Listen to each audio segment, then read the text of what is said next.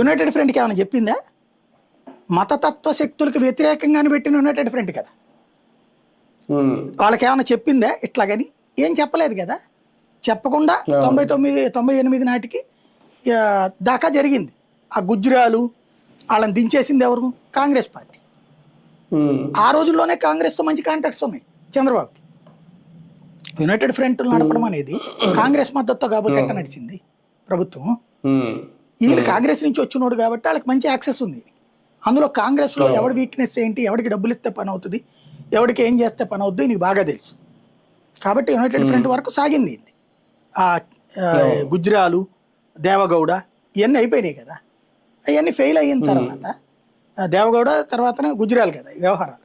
అంతకుముందు చంద్రశేఖరు వీళ్ళ ఒకప్పుడు తర్వాతన వీళ్ళిద్దరిది అయిపోయాక ఇక అసలు ఆ కూటమి గెలిచేది లేదు చచ్చేది లేదని అర్థమయ్యాక బీజేపీకే ప్రజలు పట్టం కడుతున్నారు అన్నాక ఆ యునైటెడ్ ఫ్రంట్ నుంచి ఎందుకు వచ్చేసారు ఎవరికన్నా చెప్పారా?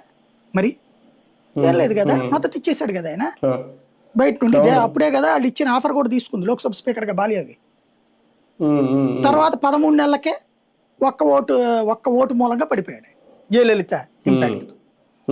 అప్పుడు సింపతి విపరీతంగా పెళ్ళుకింది పబ్లిక్లో దేశవ్యాప్తంగా. ఆ టైంలో ఈయనకేమో మైనస్ ఉంది, ఎన్టీ రామారావు నుంచి పార్టీ తీసుకున్న మైనస్. అప్పటికే ఈయనకు ఒకటి అర్థమైంది ఏంటి,